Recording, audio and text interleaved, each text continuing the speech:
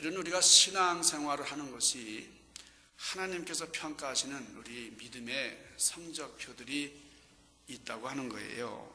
그러니까 우리의 신앙의 모습을 한번 점검하면서 우리가 믿음 안에 있는가, 그리스도 안에 있는가, 고린도서에 있는 말씀처럼 우리 자신을 확증하는 것이 얼마나 중요한 일인지 모른다는 거예요. 미국 하버드 대학의 경제학 교수인 데니엘 엘트만이라는 교수님이 이런 글을 썼어요. 10년 후의 미래, 10년 후의 미래라는 책이 있는데, 제가 이번에 집회 가면서 그 책 한 권 들고 비행기 칸에서 읽고 그랬는데 저에게 많은 도전이 됐어요. 자, 이게 경제를 중심으로 해서 정치, 사회, 문화 모든 면에서 우리가 10년 후에 이 세상이 어떤 모습으로 변해 있을 것인가, 이걸 전망한 책인데, 이 학자의 논리에 의하면은 지금 이 미국이 말이죠, 미국이 많이 이렇게 추락하고 있는 모습을 보잖아요. 이제 위상이 옛날 같지가 않아요. 달러의 힘도 그렇고 또 미국의 군사력이라든지 정치적인 그런 영향력이 옛날 같지 않아서, 옛날에는 뭐 미국 단독으로 결정한 일도 참 많았죠. 그러나 지금은 동맹체를 만들어서 연합국 체계를 만들지 않으면 미국 혼자서 참 운행하기가 어려운 그런 시점까지 와 있습니다. 그래서 이분이 사회에서 일어나는 여러 가지 그 현상들, 감춰진 그런 현상들, 그런 것들을 이제 다 파헤치면서 이제 전망을 한 거예요. 그 책에서는 디펙터라 그렇게 얘기를 했는데, 그 숨어있는 핵심 요소를 봐야 된다는 거예요. 겉으로 드러나는 현상적인만 보는 게 아니라 핵심을 파헤쳐서 본질을 깨우치고 본질을 이해해야만 그 상황을 정확하게 진단할 수 있다, 그거거든요. 우리가 병이라는 것도 그렇잖아요. 의사 앞에 가면은 의사가 보이는 것만 가지고 이렇게 진단하지 않습니다. 혓바닥을 내밀어 보세요. 눈을 까고 말이죠.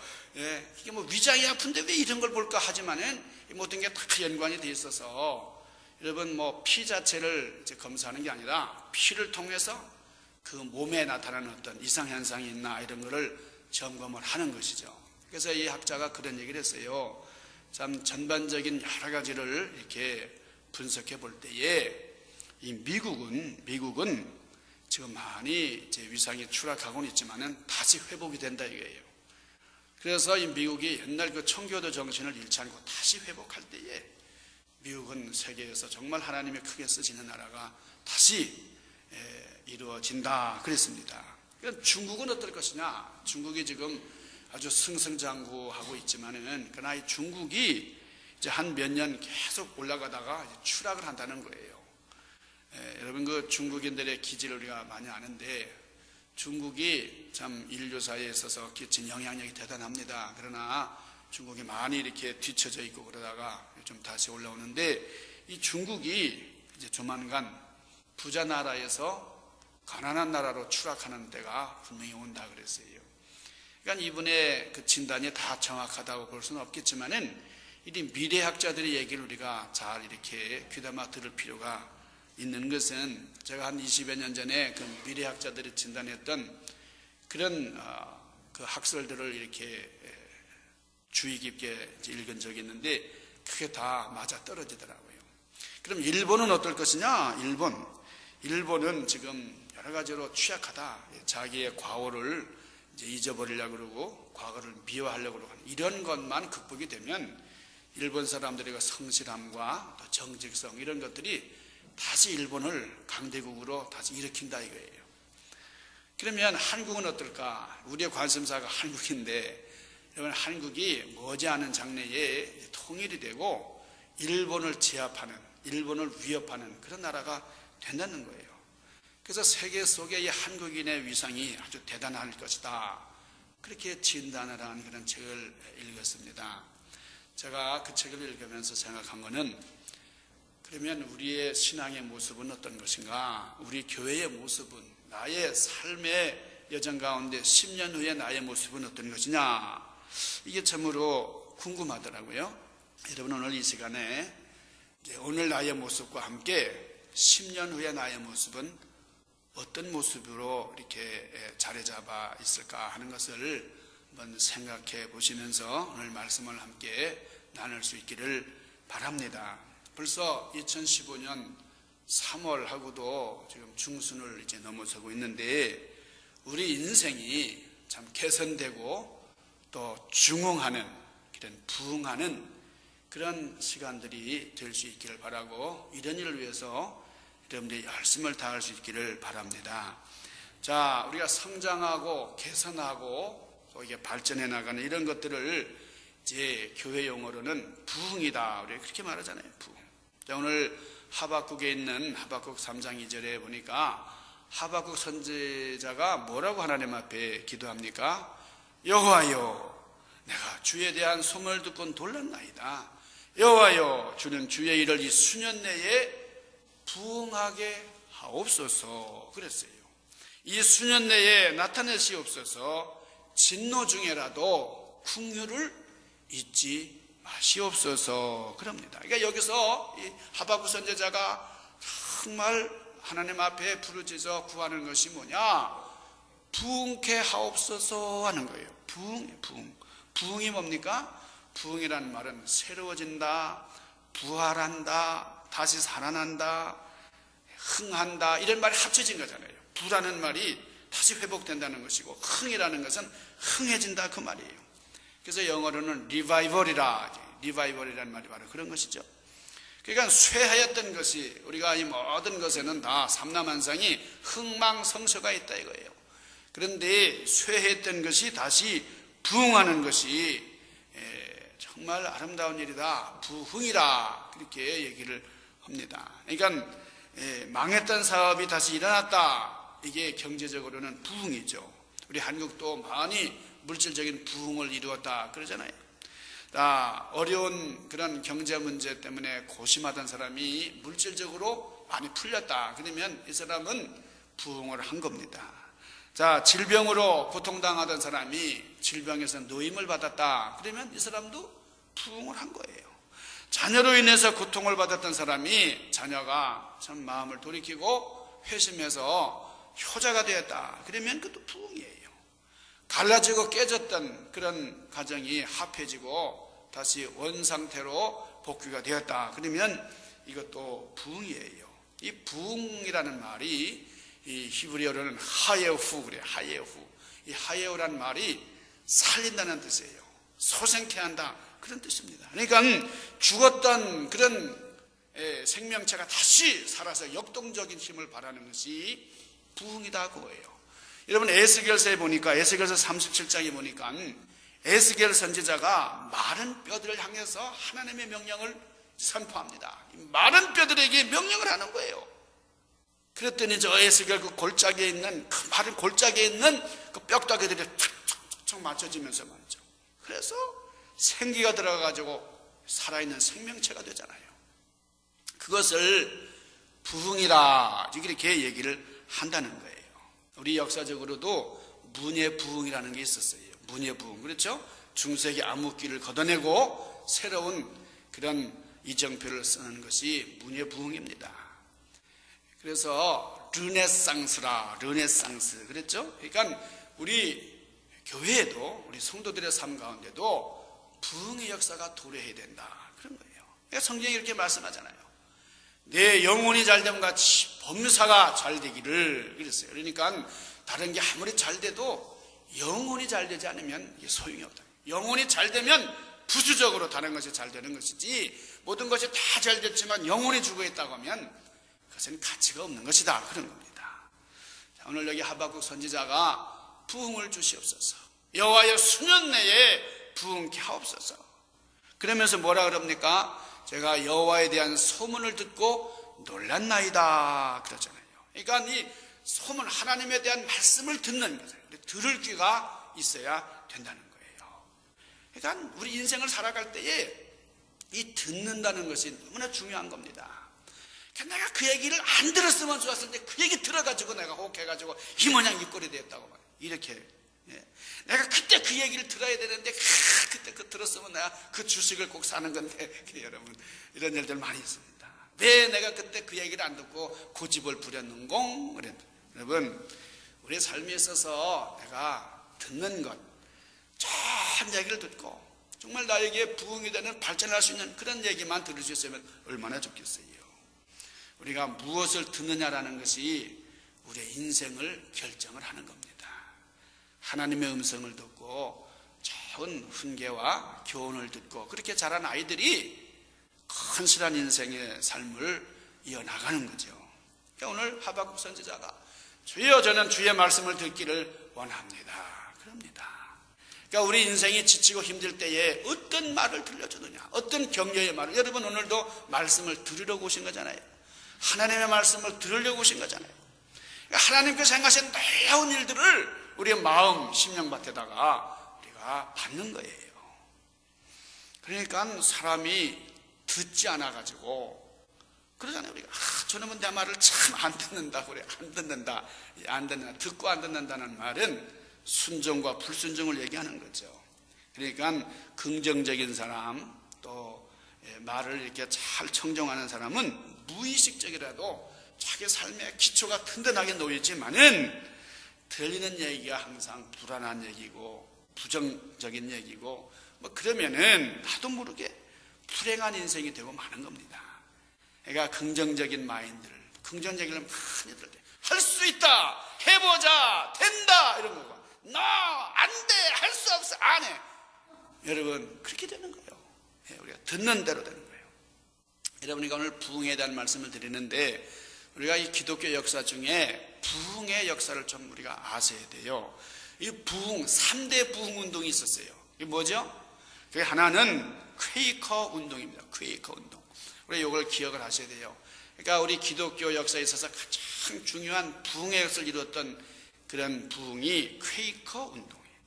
그 다음에 두 번째는 영국을 중심으로 해서 일어났던 옥스포드 운동이에요.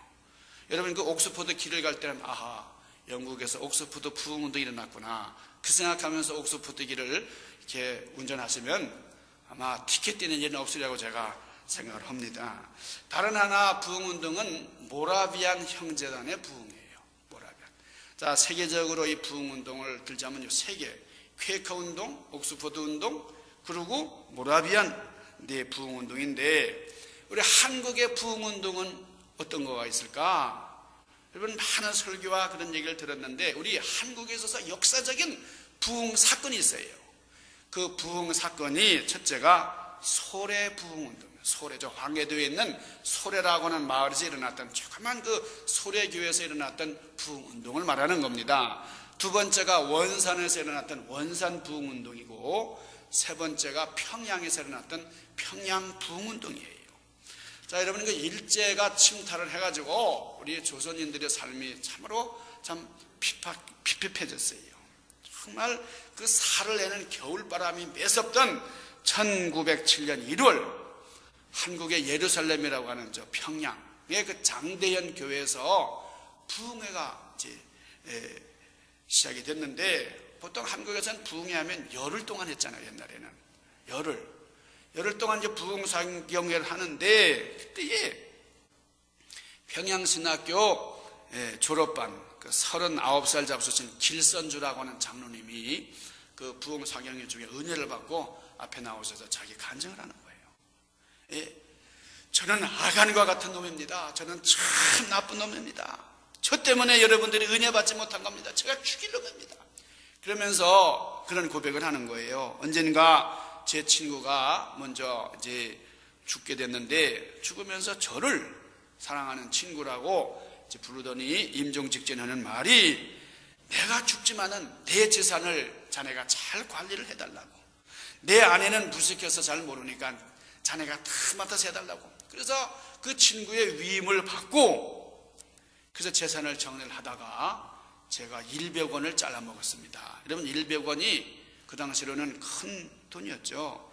저는 하나님 앞에 죽일 놈입니다. 이 길선주 지금 그때 장로님이었습니다. 이 장로님이 그렇게 통회하면서 그러면서 저는 내일 날이 밝는 대로 이 돈을 제 친구 부인 되는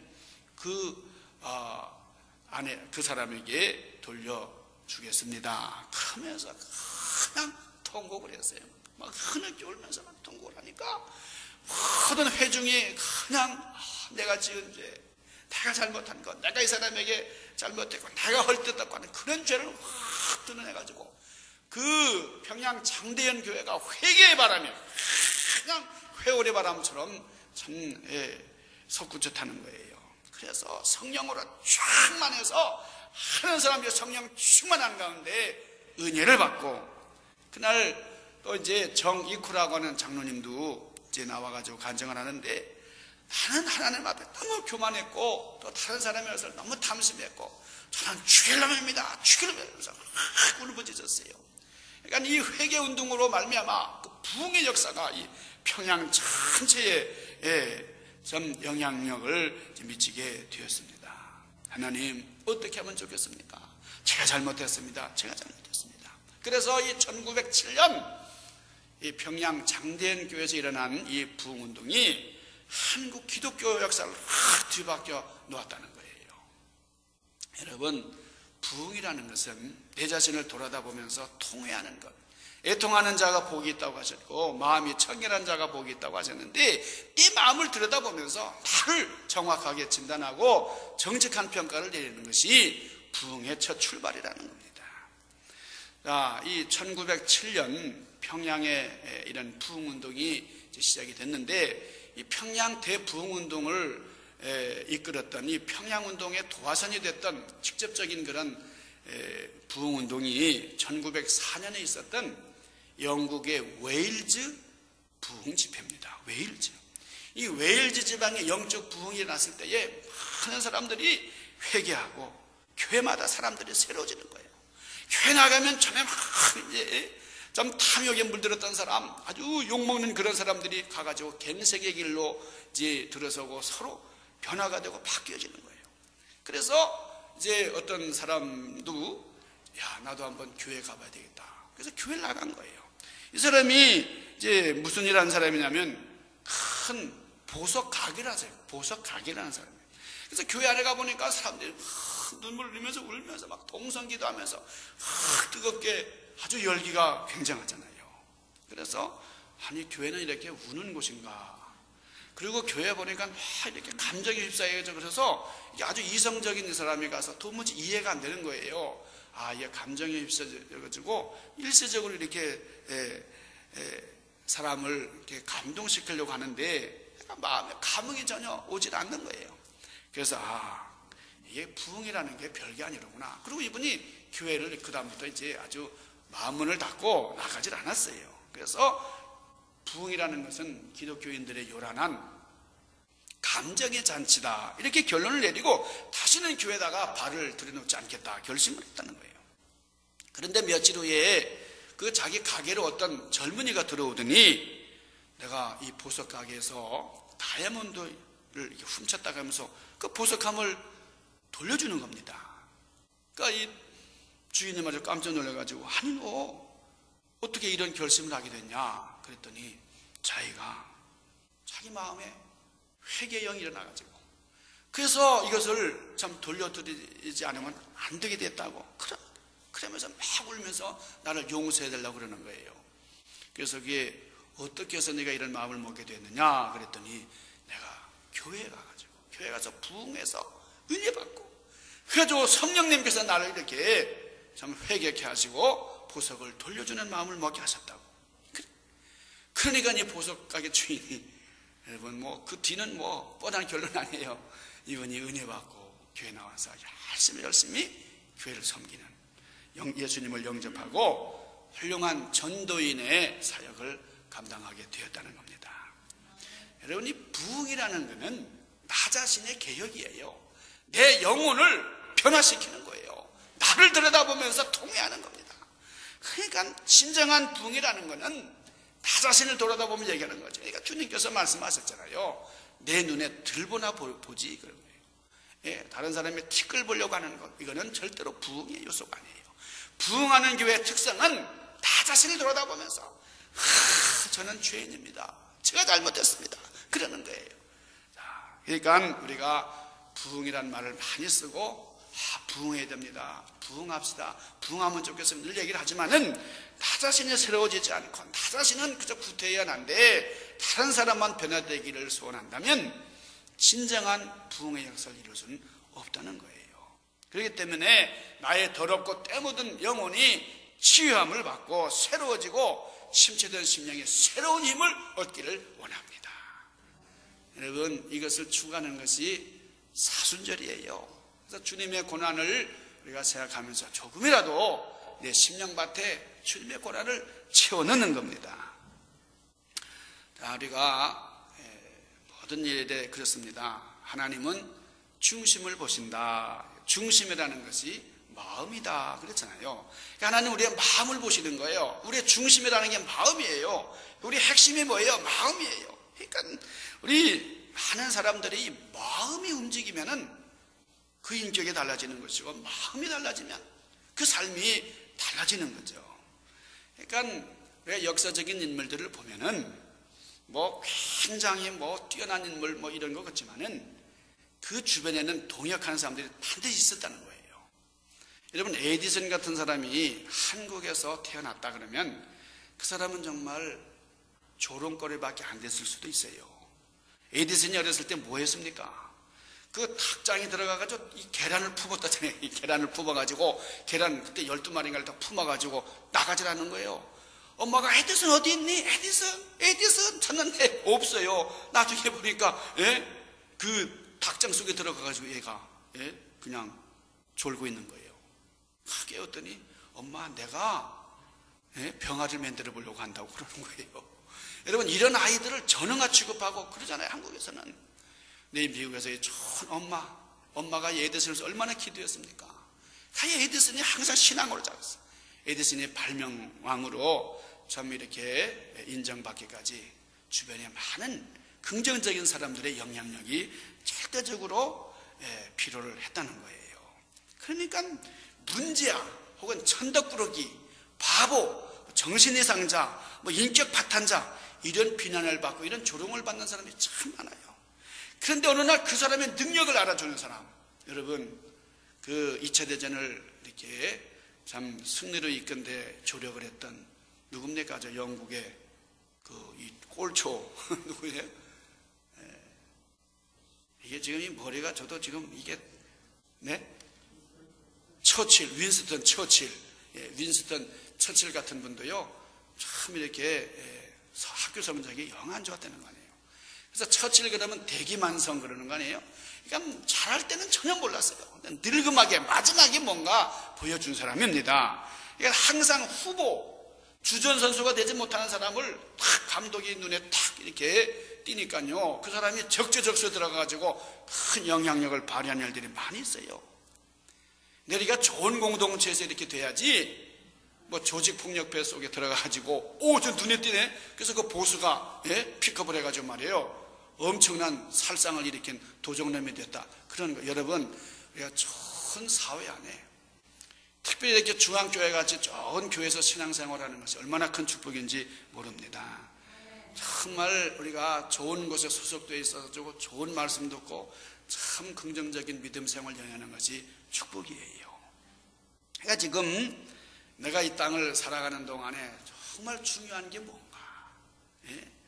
우리의 마음.